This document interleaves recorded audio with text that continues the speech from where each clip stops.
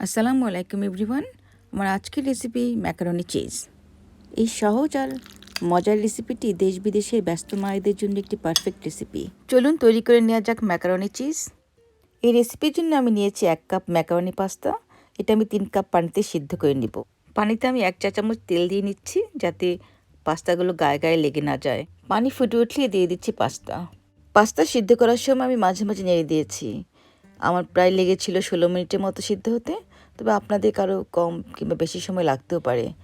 Pasta সিদ্ধ হওয়ার পর বেশি পানি থাকলে সেটা অবশ্যই ফেলে দিতে হবে। এখন আমি সিদ্ধ করা পাস্তাতে দিয়ে দিচ্ছি 1/4 কাপ ফ্রেশ মিল্ক। তবে আপনারা চাইলে 1/4 কাপ পানিতে 1 টেবিল চামচ গুঁড়ো দুধ মিশিয়েও দিতে পারেন। আরও দিয়ে দিচ্ছি 1 টেবিল চামচ বাটার। এখন আমি ভালোভাবে মিশিয়ে নিচ্ছি বাটার, মিল্ক অ্যান্ড পাস্তা। দিয়ে দিচ্ছি 1 চা চামচ ময়দা। এটা পাস্তাকে একটা ক্রিমি টেক্সচার দেবে। এখন আবার সব কিছুকে একটু সুন্দরভাবে মিশিয়ে নিচ্ছি। দিয়ে দিচ্ছি একটু ব্ল্যাক পেপার, খুবই সামান্য, না চাইলে এটা স্কিপ করা যেতে পারে। এখন দিয়ে দিচ্ছি 1/2 কাপ চেদার চিজ। এখানে আপনারা আপনাদের পছন্দ মতো অন্য যে কোনো চিজ দিতে পারেন, যেমন মোজারেলা কিংবা দেশি চিজ।